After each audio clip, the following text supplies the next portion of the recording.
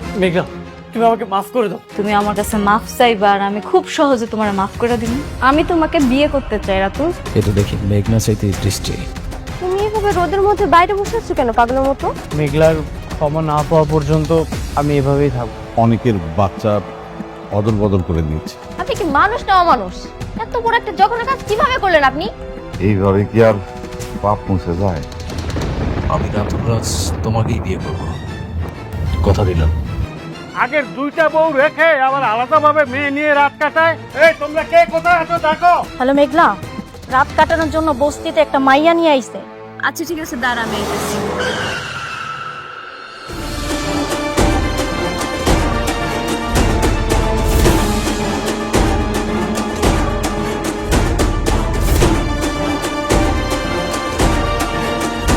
বাহ, এরা তো আমগো পুরান মানুষই।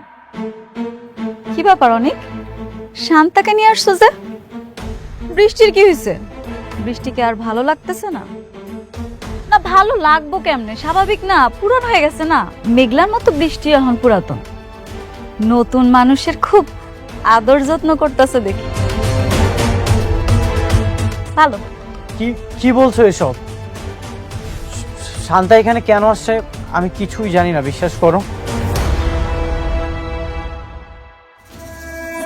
আরেকটা কথা, আপনাকে সবাই রে কয়ে যেতেছি, অনেক এখানে যা খুশি তা করুক, আপনারা কেউ আমারে আর ফোন দিবেন না। অনেক যদি মইরাও যায় না, ওর লাশটা দেখার জন্য আমারে আর কেউ ফোন দিবেন না। আপনাকে মনে থাকে যাতে। আচ্ছা না, হাত ছাড়ো বলতেছি। খবরদার তুমি আমার আর স্পর্শ করবা না। তুমি আমার স্পর্শ করার অধিকার ওই দিনই হারাইছো যেদিন আমার সন্তানের তুমি অস্বীকার করছো। ওর যা খুশি হোক, তুমি মইরা গেল না, আমার এখন আর কিচ্ছু আসে যায় না, বুঝছো তুমি?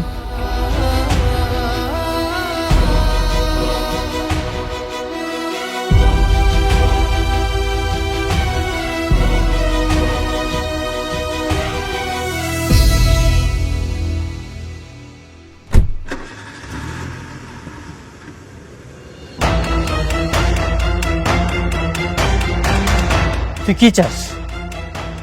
কি হলো, চুপ করে আছিস কেন? তুই কেন আমার সাথে ঝামেলা করতেছিস বল।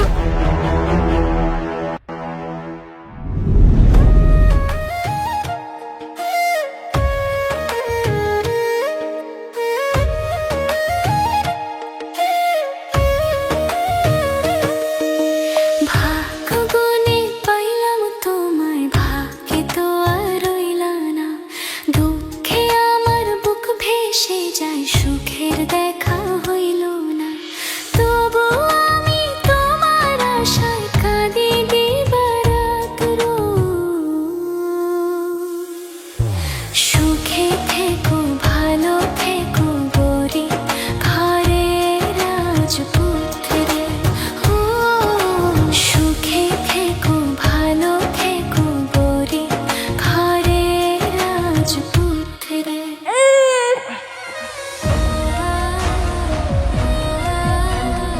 আপনারা আমার জীবনটা বাঁচাইছেন। আমার স্বামী যদি শুনতো এইবার আমার মরা বাচ্চা হইছে, তাইলে আমার মাইরাই হালাইতো। আচ্ছা শোনো, এইটা যে তোমার বাচ্চা না, এইটা কিন্তু একদম কখনো ঘোনাট করে কাউকে বলবো না, ঠিক আছে? কি যে কন, আমি কেন যাই না শুই না আমার সংসারে আগুন লাগামু কন? আর আপনারাও কখনো এই সন্তানের দাবি নিয়ে আইসেন না। শোনেন, আজ থেকে এই সন্তানের যত খরচ লাগে সব আমি দেব। আপনি আমার ফোন নাম্বারটা রাখবেন, যে কোনো সমস্যায় আমাকে কল করবেন আপনি। আচ্ছা ঠিক আছে, তাহলে নাম্বারটা কন আপা।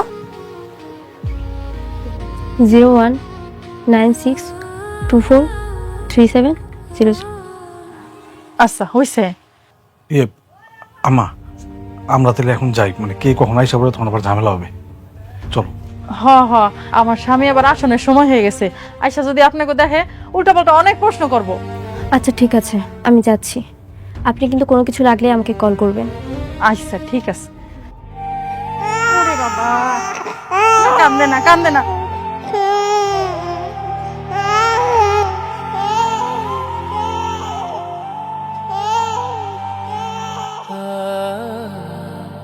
কেন এই বাচ্চা কাঁদতেছে কেন? ও দুধ খাসনি? ঠিক মতো দুধ খাস নে, ঠিক মতো যত্ন করবি। একমাত্র সন্তান আমার, তোর যদি যত্ন ঠিক মতো না করিস তোর কিন্তু খবর আছে। কাজটা ঠিক হলো না আঙ্কেল। আমার বারবার মনে চাচ্ছে অনেককে গিয়ে সব বলে দিই। একদম খবরদার, এই কথা তুমি মাথায় আনবে না। অনেককে যদি তুমি এই কথা বলো, অনেককে সারা জীবনের জন্য হারাবে। আর অনেকের বউ মেঘলা সোজা আমাদেরকে নিয়ে জেলে ঢুকিয়ে দেবে। আরো কিন্তু এত বড় একটা সত্যি। চুপ থাকো, কিচ্ছু হয়নি, আসো।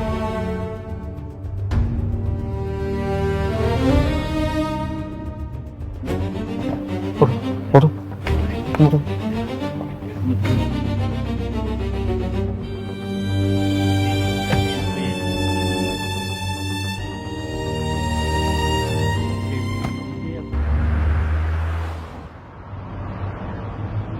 এটা আপনি কি করলেন? হ্যাঁ, আমি আপনাকে ডিজাইন দিয়েছি একরকম আর আপনি বিল্ডিং করলেন অন্যরকম। এটা হইলো কিছু?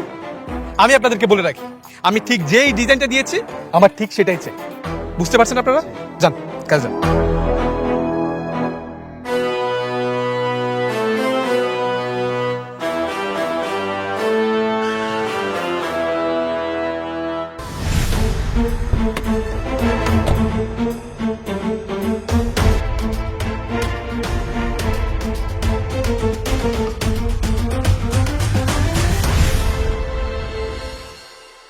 আরে কি ব্যাপার, আপনি এখানে? কেমন আছেন? এই তো ভালো, পাশ দিয়ে যাচ্ছিলাম। আমার এখানে প্রজেক্টের কাজ চলতেছে। তুমি কেমন আছো? আমি আমি কি আর ভালো না থেকে পারি? কেউ যখন উপর ওঠার সিঁড়ি পেয়ে যায় তখন তো ভালো না থাকার প্রশ্নই আসে না। ঠিক ঠিক, কথা ঠিক। তোমার সাথে তো এখন বৃষ্টি আর ওমর জাফর আছে, তাই না? হ্যাঁ, ওমর জাফর তো এখন আমার বিজনেস পার্টনার, তার সাথে এখন বেশি ডিল হচ্ছে। Good, very good. তো এখানে কি করতেছিলা? ও এখানে এখানে একটা শপিং সেন্টারের প্ল্যানিং হয়েছে, ওটারই কাজ করছি আর কি। গুড জব, মন দিয়ে কাজ করো, একদিন অনেক বড় বিজনেসম্যান হবা। হবা আমি জানি। অনেকের সাথে যতদিন ছিলাম তার কাছ থেকে আমি অনেক কিছু শিখেছি। বলতে গেলে তার কাছ থেকে আমার সবকিছু শেখা, এটা আমি কখনো অস্বীকার করতে পারবো না। বাদ দাও না, থাকে সব কথা। কেন? এক সময় তো তার সাথে কথা বলার জন্য, দেখা করার জন্য আমাকে খুব রিকোয়েস্ট করতেন, এখন কি হলো? করতাম, সময় পাল্টায় গেছে। আমার সন্তান মরার পরে আমি আর ওরে চিনতে চাই না, অনেকের নামটাও না আমি আর শুনতে চাই না। কাজ করতেছো, মন দিয়ে কাজ করো, দোয়া রইল, কিছু হইলে জানাই। চলো।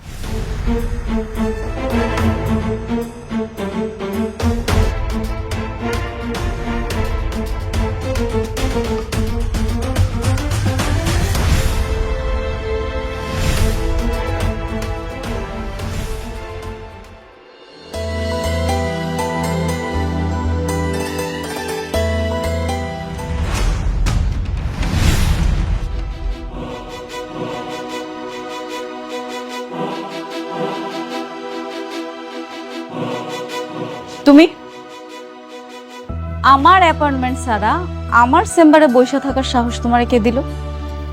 মেঘলা, তুমি আমাকে ভুল বুঝতেছো।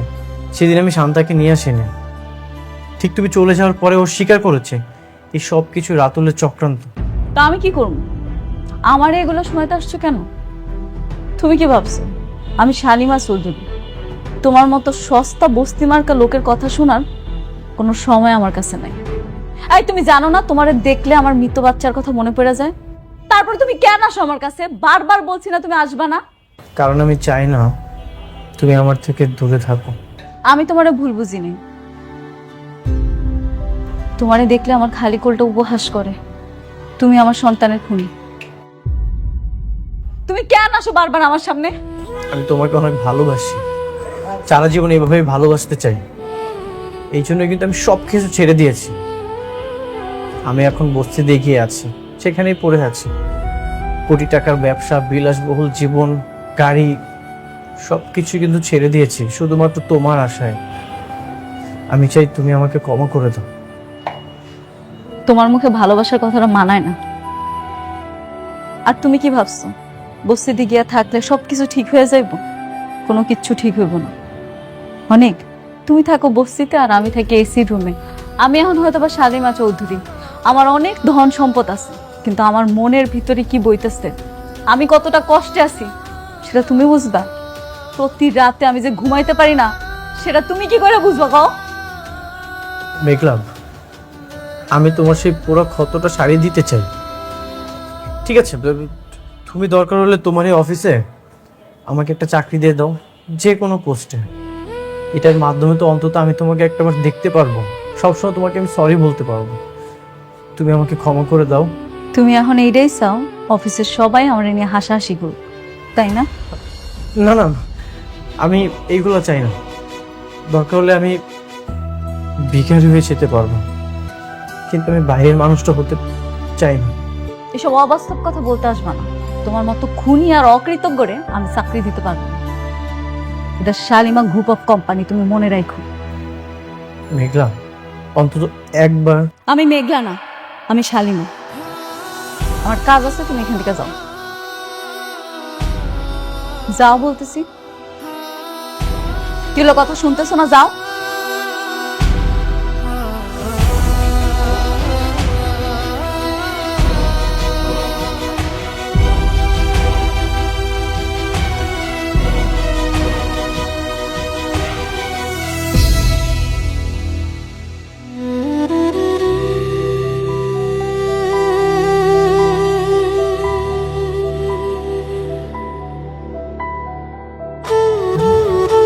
এই একটু দাঁড়াও তো।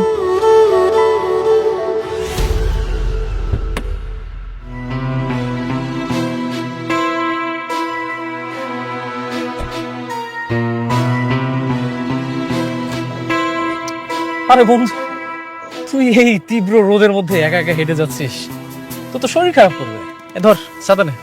তোর ছাতার ছায়া আমার মাথার রোদটুকু আড়াল করতে পারবে, কিন্তু আমার বুকের ভেতরে যে জ্বলন্ত আগুন, সেটা নিভিয়ে দিতে পারবে না। দেখ, সহানুভূতি আর করুণার মধ্যে যে একটা সীমারেখা থাকে, তুই তো সেটা পার করে গিয়েছিস। তোর এই সব কলহদাতার সমাধান হয়তো আমি না হতে পারি। রাতুল প্লিজ, অন্ধকারে পথ হারানো এই বন্ধুর হাতটা তুই এখন ছেড়ে দে। তুই আমাকে একা থাকতে দে, অন্তত আমাকে আর বিরক্ত করিস না। তুই এসব কি বলতেছিস? আমি তোর বন্ধু, কোটিপতি হয়ে আমি গাড়িতে রাস্তায় রাস্তায় ঘুরতেছি, আর তুই আমার বন্ধু হয়ে রাস্তার ফকিরের মতো রাস্তায় রাস্তায় ঘুরতেছিস। এটা কেমন না? আমি কোনোভাবে মেনে নিতে পারতেছি না এটা। শুধু এটাই চাইতে। এখন আমি কোটিপতি থেকে গরিব হয়ে গেছি, তোর তো এখন অনেক আনন্দ হওয়ার কথা। দেখ, আসলে চাইতাম যে তুই গরিব হ, কিন্তু তুই এতটা গরিব হবে আমি কখনো কল্পনা করতে পারিনি, যে একদম রাস্তার ফকির হয়ে যাবে। রাতুল, তোর জন্য সবকিছু হয়েছে। তুই যদি জিএনএসের রিপোর্টটা চেঞ্জ না করে দিতি, আমার সন্তানটা মারা যেত না। তুই যা কিছু চেয়েছিস সবকিছু তো পেয়েছিস, আমার সকল সম্পত্তি, সবকিছু। এখন তুই আর আমাকে আর বিরক্ত করিস না। দেখ, তুইও তো একটা বিজনেসম্যান ছিলি, আমি তো একটা বিজনেসম্যান। তুই বিজনেসম্যানের কথাটা বুঝবি, আর একটু উপরে উঠতে গেলে না এই সামান্য এতটুকু কাজ করতেই হয়। আমার আসলে কোনো উপায় ছিল না। তোর মতো বন্ধু আমার শত্রুদেরও যেন না হয়। তুই একটা শয়তান। আরে বন্ধু, অন্তত ছাতাটা নিয়ে যা। আয় রে বন্ধু আমার, তুই যে একা একা হেঁটে যাচ্ছিস, এটা দেখে আমার হেভি শান্তি লাগতেছে। আর বাইরে তো আসলেই অনেক রোদ, তো পেনটা আমি বুঝি, আবার আমার শান্তি লাগাটাও বুঝি।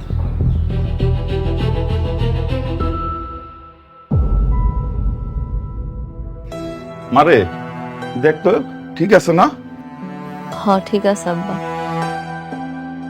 ঠিক আছে না? সোজা আছে তো? বাস। আচ্ছা, ছবিটা এখানে না রাখলে হইতো না। তুই তো সারাদিন এই ছবিটা দেখবি আর মনে মনে কষ্ট পাবি। দরকার আছিল আম্মা, মানুষের তো কষ্ট পাওয়ানোর লেগে একটা স্মৃতি লাগে। আমার কাছে আমার সন্তানটার কোনো স্মৃতি নেই। আমি কি লেগে বাচ্চা রয়েছি, এখন এই ছবিগুলো আমার সম্বল। আচ্ছা আম্মা, তোমার একটা কথা জিগাই, আমার বাবুরা দেখতে কেমন আছিল গো? মারে কি হইল আম্মা, কথা কইতাছো না কেন? আমার বাবুরা দেখতে কি আমার মতো আছিল? ওর চোখগুলান কি আমার মতো বড় বড় আছিল? ওর নাকটা কি আমার মতো আছিল আম্মা? মারে তখন তো তুই অজ্ঞান ছিলি, একেবারে মরি মরি অবস্থা। তখন তোরে দেখুম না বাচ্চা দেখুম, আমরা তো মা বাচ্চাটারে ভালো করে দেখি নাই, সময় পাই নাই। তাও তো তোমরা ওরে কবর দেওয়ার আগে একটা নজর দেখতে পারছো, আমি তো ওরে শেষ দেখাটাও দেখতে পারি না। কি অভাগী আমি, আমি আমার সন্তানের একটা নজর দেখতে পারি না। মারে কষ্ট পাইস না, আল্লাহ যা করে মঙ্গলের জন্যই করে। আল্লাহ কি ভালো লেগে করলো মা, আল্লাহ আমার কি ভালো করলো, আল্লাহ আমার কেন বাঁচায় রাখলো। আমি আমার সন্তানের একটা নজর দেখতে পারি নাই। এর থেকে কষ্টের আর কিচ্ছু হইতে পারে না। আমি প্রত্যেকটা রাত্রে ঘুমানোর সময় আমার সন্তানের মুখটা দেখতে পাই না। আরে মানুষ তো মরে গেলে একটা স্মৃতি থাকে, আমার সন্তানের এই স্মৃতিটাও নেই আমার কাছে। আমি কি আঁকড়ায় ধরা কাঁদবো, আমি কি আঁকড়ায় ধরা বাচ্চা থাকবো, আমার কিচ্ছু নাই। আল্লাহ আমার এত বড় শাস্তিটা কেন দিল?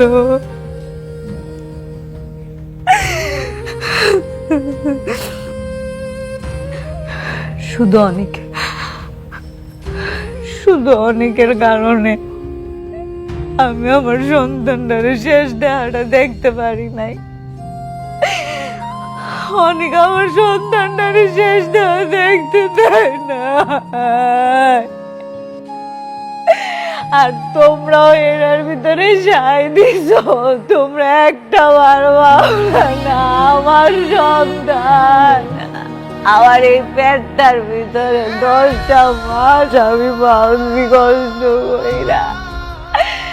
আমার কলিজার টুকরা একটা বার দেওয়ার সুযোগ তোমরা আমার কইরা দিলা না। আল্লাহ আমার মাটা বানাইলো না কেন? আমি কি নিয়ে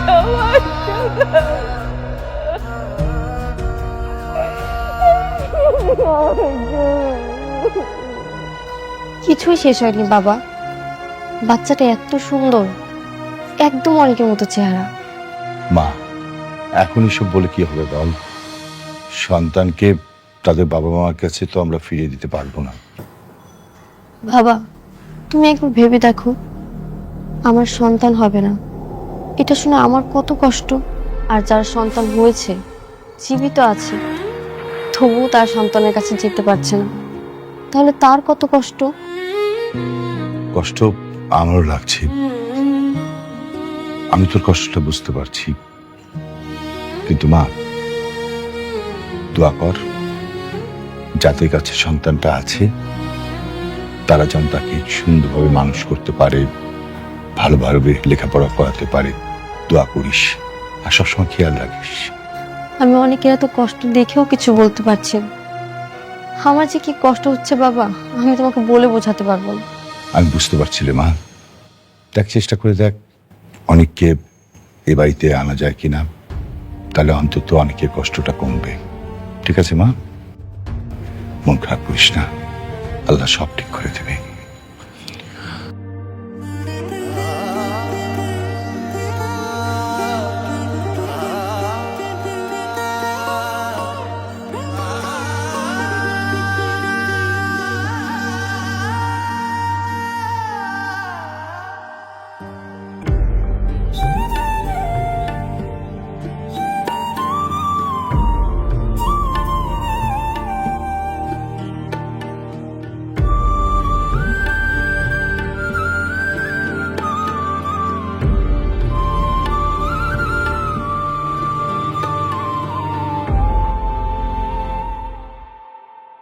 যেহেতু আমরা এটা কমপ্লিট করে ফেলছি, তাহলে নেক্সট আমরা এটা প্ল্যানিং করবো, হ্যাঁ? আর এই দিকটা যেটা আছে, তাহলে সেটা আমরা সামনের মান্থে দেখতে শুরু করবো। ওকে।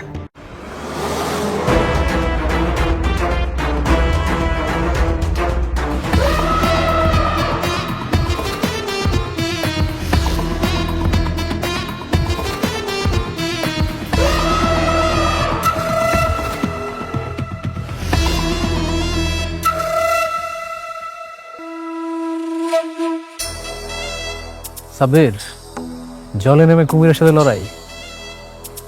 সাইড থেকে তুমি আমার লোক নিয়ে আসছো কেন? জলে নেমে কিভাবে কুমিরের সাথে লড়াই করতে হয় সেটা তো তোমার কাছ থেকে শেখা। কেন তোমার মনে নেই? অনেকের কাছ থেকে তার সব শ্রমিক তুমি নিয়ে এসেছিলে। টক্কর, আমার সাথে টক্কর দিলে তার পরিস্থিতি কি হয় তুমি অনেকটা দেখে বুঝতে পারো নাই? পরে সামাল দিতে পারবা? আমার লেভেলটা না তোমার মতো এরকম নিচু স্থানে না। আমার কোম্পানির লেভেল এখন শালিমা বিল্ডার্স গ্রুপের মতো হাই। তাই হুমকি দিয়ে তুমি আমার একটা চুলো ছিটতে পারবো না। দেখো সাব্বির, আমি কিছু করতে চেয়েছি আর সেটা করতে পারিনি, এমনটা কিন্তু কখনোই ঘটেনি। আজকের পর থেকে আমার শত্রুর লিস্টে তোমার নামটা খুব সুন্দরভাবে লেখা থাকবে। খেলা হবে। ওকে, আমি অপেক্ষায় থাকলাম, দেখি তুমি কত দূর খেলতে পারো। ওকে, see you soon.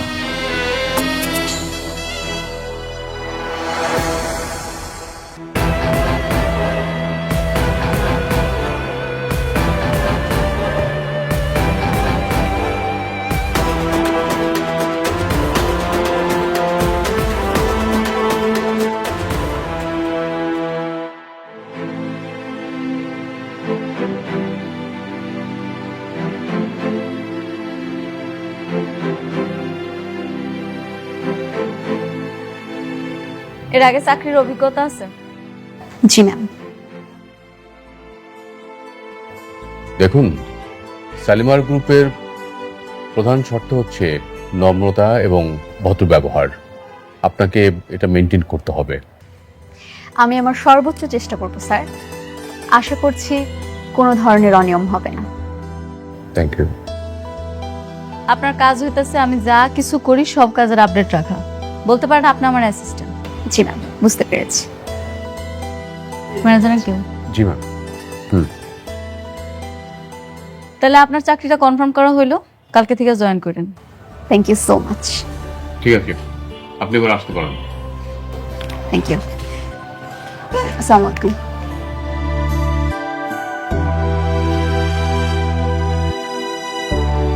দেখে তো স্মার্টই মনে হলো, মনে হয় কাজ করতে পারবো। আমার তো ধারণা ম্যাডাম।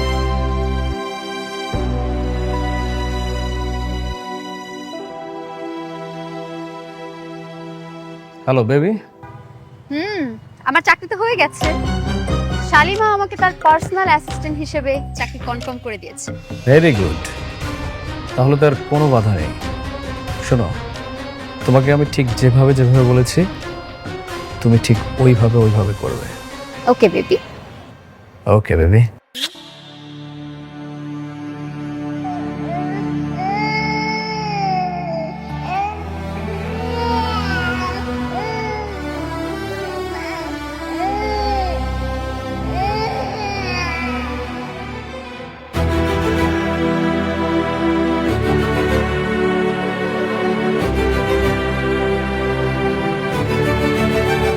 আপনি কে?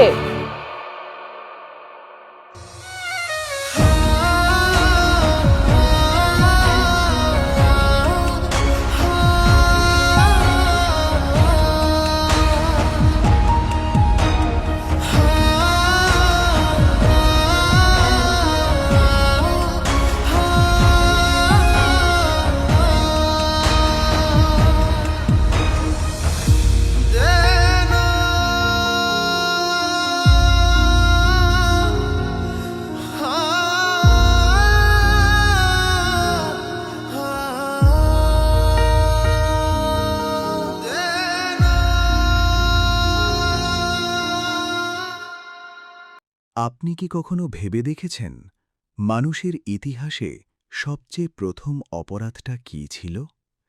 এই পৃথিবীতে মানুষ হিসেবে আমাদের প্রথম ভুলটা কেমন ছিল?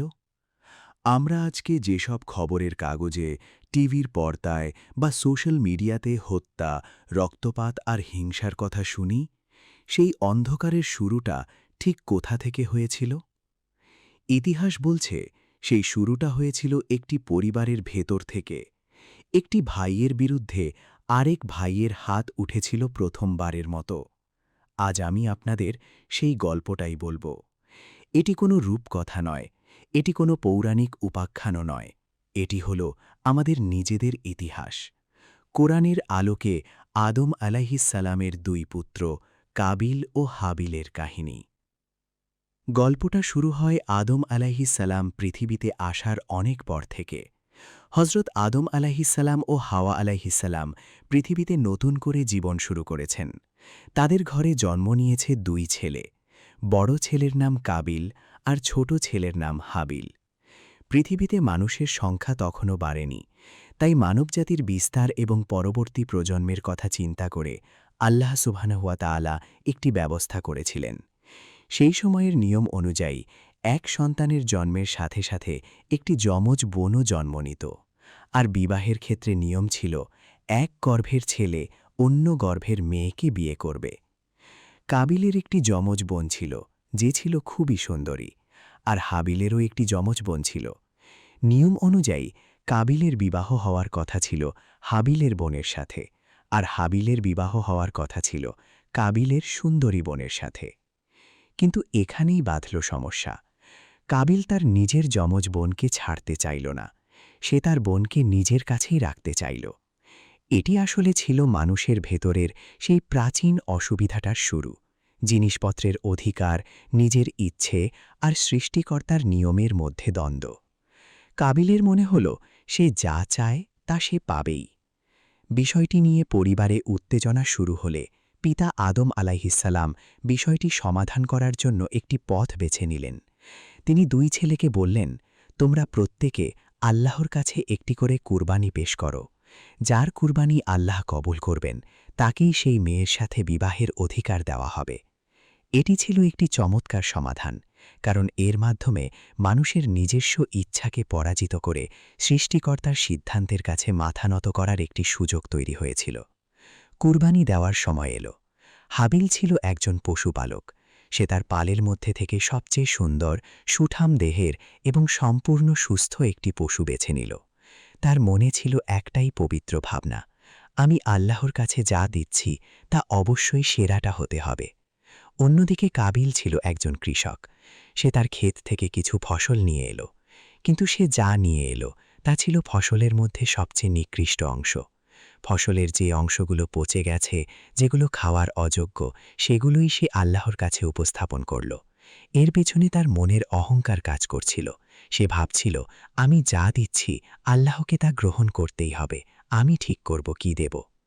পবিত্র কোরআনে সূরা আল মায়েদায় এই ঘটনার বর্ণনায় আল্লাহ বলেছেন, তাদের প্রত্যেকের কুরবানি গ্রহণ করা হলো, অর্থাৎ হাবিলের কুরবানি গ্রহণ করা হলো। ইতিহাস বর্ণনা করে যে হাবিলের সেই শ্রেষ্ঠ পশুটির দিকে আকাশ থেকে একটি আগুন নেমে এসে তাকে পুরোপুরি গ্রহণ করে নিল, কিন্তু কাবিলের সেই পচা নিকৃষ্ট ফসলের দিকে কেউ কোনো মনোযোগই দিল না। সেই মুহূর্তেই কাবিলের ভেতরের সেই আসল চেহারাটা বেরিয়ে এলো। সে রেগে অগ্নিশর্মা হয়ে গেল। তার মনে হল তাকে অপমান করা হয়েছে। সে ভুলে গেল যে এটি আল্লাহর সিদ্ধান্ত। সে শুধু নিজের পরাজয়টা মেনে নিতে পারল না। কাবিলের ক্ষেত্রে ঘটল সেই প্রাচীন ও মারাত্মক রোগটির প্রকাশ, হিংসা বা জেলসি। নিজের ভাইয়ের প্রতি তার মনে একটা বিষাক্ত ঘৃণা জন্ম নিল। হাবিল তো ছিল সম্পূর্ণ নির্দোষ, সে তো শুধু আল্লাহর হুকুম মেনে তার সেরাটুকু দিয়েছিল। কিন্তু কাবিলের কাছে সেটাই হয়ে গেল সবচেয়ে বড় অপরাধ। একদিন কাবিল হাবিলকে একান্তে ডাকল। দুই ভাই মুখোমুখি হল। বাতাস থমকে গেল। পৃথিবীর ইতিহাসে এই প্রথম কোনো মানুষ আরেক মানুষের দিকে ক্রোধে তাকিয়ে বলল, আমি তোকে হত্যা করব। চিন্তা করুন তো সেই মুহূর্তের কথা। পৃথিবীতে এতদিন কোনো হত্যাকাণ্ডই ঘটেনি। মৃত্যু ছিল, কিন্তু মানুষের হাতে মানুষের মৃত্যু এটাই ছিল প্রথম ভাবনা। হাবিল যখন বড় ভাইয়ের মুখে এই কথাটা শুনল, সে ভয় পেল না। সে পালানোর চেষ্টাও করল না। সে একজন সত্যিকারের ঈমানদার ছিল, তাই তার উত্তরটা ছিল অবিশ্বাস্য রকম শান্ত এবং পরিপূর্ণ। কুরআনে হাবিলের সেই উত্তরটি এভাবে এসেছে, আল্লাহ তো স্বেচ্ছায় তাদের কুরবানি গ্রহণ করেন যারা তাকা ভয় করে। এরপর হাবিল আরও একটি গভীর কথা বলল। সে বলল, তুমি যদি আমাকে হত্যা করার জন্য তোমার হাত তোমার দিকে বাড়াও, তবে আমি তোমাকে হত্যা করার জন্য আমার হাত আমার দিকে বাড়াব না, কারণ আমি বিশ্বস্ত বান্দাদের মধ্যে পড়ি না যারা অন্যায়ভাবে মানুষ খুন করে। এই কথাটা বলার পেছনে হাবিলের একটা অদ্ভুত তত্ত্ব ছিল। হাবিল জানত, যদি সে আত্মরক্ষার খাতিরে কাবিলকে মেরে ফেলে, তাহলে সে নিজেও একজন খুনি হয়ে যাবে। সে পৃথিবীর সুন্দর জীবনটাকে একটা রক্তক্ষয়ী প্রতিশোধের পথে নিয়ে যেতে চাইল না। হাবিল তার ভাইকে আরও একটি কথা বলল, যা শুনলে আজকের দিনেও আমাদের শরীরে কাঁপুনি দৌড়ায়। হাবিল বলল, আমি তোমাকে বলছি, তুমি আমার বিরুদ্ধে তোমার হাত বাড়াও। তুমি আমাকে মেরে ফেললে তুমি আমার পাপের ভাগীদার হবে না, আর আমি তোমার পাপের ভাগীদার হব না। আমি তোমার সেই অবস্থাটাতে চলে যাব যেখানে সবাই যাবে, অর্থাৎ আমি মারা গেলে আমি আল্লাহর কাছে চলে যাব, কিন্তু তুমি এই পৃথিবীতে বেঁচে থাকবে একজন খুনি হিসেবে, আর আল্লাহর কাছে তোমাকে এই খুনের শাস্তি ভোগ করতে হবে। যারা অত্যাচারী তাদের জন্য আল্লাহর আযাব থেকে আমি ভীত। হাবিল যা বলল সেটা ছিল যুক্তি, বুদ্ধি এবং আল্লাহর প্রতি গভীর ভয়ের এক অপূর্ব মিলন। সে তার ভাইকে বোঝাতে চাইল যে তুমি যদি আমাকে মারো, তুমি কেবল আমার শরীরটাকে ধ্বংস করতে পারবে, কিন্তু আমার আত্মাকে তুমি কোনো ক্ষতি করতে পারবে না। আমার আত্মা তো আল্লাহর কাছে শান্তিতে চলে যাবে, কিন্তু তোমার আত্মাটা এই পৃথিবীতেই নরক হয়ে যাবে। কিন্তু হিংসা এমন একটি অন্ধকার যা যুক্তিকে দেখতে পায় না, ভালো কথাকে শুনতে পায় না। কাবিলের ভেতরের অহংকার তখন একেবারে সীমাহীন পর্যায়ে চলে গেছিল। সে তার ছোট ভাইয়ের এই শান্ত, যুক্তিপূর্ণ কথাগুলো একেবারেই গায়ে ধরল না। আর তারপর ঘটে গেল সেই ইতিহাসের সবচেয়ে করুণ ঘটনাটি। কাবিল তার ভাই হাবিলকে হত্যা করল। পবিত্র কুরআনে এই হত্যাকাণ্ডের বর্ণনা দেওয়া হয়েছে মাত্র দুটি শব্দে, ফাতালাহু, অর্থাৎ সে তাকে হত্যা করল। কোনো বিস্তারিত বর্ণনা নেই, কোনো রক্তক্ষয়ী বর্ণনা নেই, কারণ ইসলামে এমন নিকৃষ্ট ও জঘন্য কাজের বিস্তারিত বর্ণনা দেওয়াকে উৎসাহিত করা হয় না। ইসলাম জানায় যে অন্যায়ভাবে একজন নিরপরাধ মানুষের রক্ত পড়ানো সমগ্র মানব জাতিকে হত্যা করার সমান। হাবিল মারা গেল, পৃথিবীর বুকে পড়ল প্রথম মানুষের লাশ। কিন্তু হত্যার পর কাবিল কি শান্তি পেল? তার মনের সেই আগুন কি নিভে গেল? একদমই না। হত্যার পর মুহূর্তেই কাবিল বুঝতে পারল যে সে একটা ভয়ানক ভুল করে ফেলেছে। সে তার ভাইকে মেরে ফেলেছে, কিন্তু এখন এই লাশটাকে সে কি করবে? পৃথিবীতে তো এখনও কোনো কবর দেওয়ার প্রথা চালু হয়নি। মানুষ মারা গেলে কি করতে হয় সেটা কেউ জানত না। কাবিল একেবারে দিশেহারা হয়ে গেল। সে তার ভাইয়ের মৃতদেহটাকে টেনে হিঁচড়ে এখানে ওখানে নিয়ে গেল, কিন্তু লাশটা যে কিভাবে মাটিতে লুকিয়ে রাখতে হয় সেই বুদ্ধিটুকুও তার ছিল না। একজন খুনির যে মানসিক অবস্থা হয়, কাবিল ঠিক সেই অবস্থায় পড়ে গেল। তার মনে ভয়, আতঙ্ক আর অপরাধবোধ একসাথে ঘিরে ধরল। ঠিক তখনই মহান রব কাবিলকে একটি শিক্ষা দেওয়ার জন্য প্রকৃতির মাধ্যমে একটি নিদর্শন পাঠালেন। কোরআনে বলা হয়েছে, তখন আল্লাহ একটি কাক পাঠালেন। সে মাটি খুঁড়ে দেখাল কিভাবে অন্য কাকের লাশ মাটিতে লুকিয়ে রাখতে হয়। কাবিল তখন হতবুদ্ধি হয়ে দাঁড়িয়েছিল।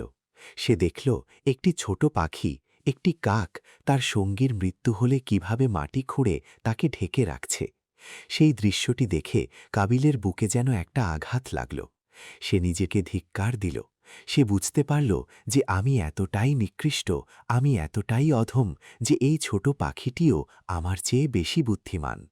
পাখিটি জানে কিভাবে তার সঙ্গীকে সমাহিত করতে হয়, আর আমি মানুষ হয়ে আমার নিজের ভাইয়ের লাশ মাটিতে লোকানোর মতো বুদ্ধিটুকুও আমার নেই। কোরআনে কাবিলের সেই আক্ষেপের কথা এভাবে উল্লেখ করা হয়েছে, হায় আমি কি এই কাকটার মতোও হতে পারলাম না যে আমার ভাইয়ের লাশ মাটিতে গুম করে দেবে? অর্থাৎ সে লজ্জিত হল, সে অনুশোচনা করল, কিন্তু সেই অনুশোচনা কোনো কাজে আসল না, কারণ যে জীবনটা সে নিভিয়ে দিয়েছে সেটা আর ফিরে আসবে না। বনি ইসরায়েলের একটি হাদিসে রাসূলুল্লাহ সাল্লাল্লাহু আলাইহি ওয়াসাল্লাম এই ঘটনার ব্যাপারে আমাদের একটি ভয়ানক সতর্কতা দিয়েছেন। তিনি বলেছেন, যে ব্যক্তি নিজের ভাইকে অন্যায়ভাবে হত্যা করে সে মানুষের মধ্যে সবচেয়ে ক্ষমার অযোগ্য ব্যক্তি। রাসূল সাল্লাল্লাহু আলাইহি ওয়াসাল্লাম আরও বলেছেন, পৃথিবীর আসমান ও জামিন তার গন্ধ গ্রহণ করতে অস্বীকার করেছিল। কাবিল যখন হাবিলকে হত্যা করল তখন পৃথিবীর কোনো এক অজানা কোণে এই ঘটনাটি ঘটেছিল বলে ইতিহাসে উল্লেখ আছে, কিন্তু মহান আল্লাহ এই ঘটনাকে কোরআনে চিরস্থায়ী করে রেখেছেন, যাতে যুগে যুগে মানুষ বুঝতে পারে অন্যায়ভাবে রক্তপাত কতটা জঘন্য কাজ। আমরা আজকে যখন কোনো খবরে শুনি যে একজন আরেকজনকে হত্যা করেছে, আমরা নিশ্চয়ই বিস্মিত হই, কিন্তু আমাদের মনে রাখতে হবে এই হত্যার বীজটা প্রথম বপন হয়েছিল কাবিলের মনে, অহংকার থেকে, আর নিজের ইচ্ছাকে আল্লাহর ইচ্ছার উপরে তুলে ধরার মানসিকতা থেকে। হাবিলকে হত্যার পর কাবিল তাকে সেই কাকের দেখানো পদ্ধতিতে মাটিতে সমাহিত করে, আর এভাবেই মানবজাতির ইতিহাসে প্রথমের মতো জানাজা বা লাশ দাফনের প্রচলন শুরু হল। একটি ভাইয়ের হাতে আরেক ভাইয়ের মৃত্যুর মাধ্যমে মানুষ শিখল কিভাবে মৃত মানুষকে মাটি দেওয়া হয়। কি নিষ্ঠুর একটি শিক্ষা! আদম আলাইহিস সালাম তার 2 ছেলের এই ঘটনা দেখে অত্যন্ত ব্যথিত হয়েছিলেন। একজন পিতার জন্য এটি ছিল সবচেয়ে কঠিন মুহূর্ত। তিনি হাবিলের জন্য কাঁদলেন আর কাবিলের জন্যও কাঁদলেন, কারণ কাবিল পৃথিবীতে একজন পথভ্রষ্ট হিসেবেই বেঁচে রইল।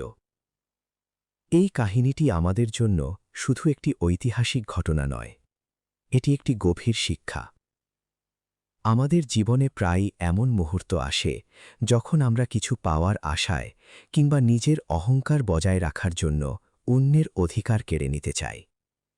তখন আমাদের ভেতরে কাবিলের মতো সেই অন্ধকারটা জন্ম নেয়। হাবিল আমাদের শেখায় সততা, বিনয় আর আল্লাহর উপর ভয় রাখলে মানুষ সবচেয়ে কঠিন মুহূর্তেও শান্ত থাকতে পারে। এমনকি মৃত্যুর মুখোমুখি দাঁড়িয়েও সে অন্যায়ের সাথে আপোষ করেনি। আর কাবিল আমাদের সতর্ক করে দেয় যে হিংসা আর অহংকার শুধু নিজের শান্তি নষ্ট করে না, এটি পুরো পরিবার, পুরো সমাজকে ছিন্ন ভিন্ন করে দেয়। মানব সভ্যতার প্রথম পৃষ্ঠায় লেখা হয়েছিল একটি ভাইয়ের রক্ত দিয়ে। আসুন আমরা আমাদের বর্তমান জীবনে এমন কিছু করি না যার কারণে আমাদের চারপাশের মানুষগুলোকে হাবিলের মতো নিরপরাধ হয়ে কষ্ট পেতে হয়, আর নিজেদের মনকে কাবিলের মতো অন্ধকারে ভরে না রাখি। আল্লাহ আমাদের সবাইকে হাবিলের ঈমান, ধৈর্য ও সততা দান করুন, আর কাবিলের হিংসা আর অহংকার থেকে আমাদের হৃদয়কে পবিত্র রাখুন। আমিন। আপনি যদি ইতিহাসের এই অজানা এবং গভীর কাহিনীগুলো পছন্দ করে থাকেন, তবে ভিডিওটি লাইক করুন এবং চ্যানেলটি সাবস্ক্রাইব করুন। কমেন্ট সেকশনে জানান হাবিলের ওই শেষ কথাগুলো শোনার পর আপনার মনে কেমন লাগলো। আমি আপনাদের কথা পড়ব। ভালো থাকবেন, সুস্থ থাকবেন। আল্লাহ হাফেজ।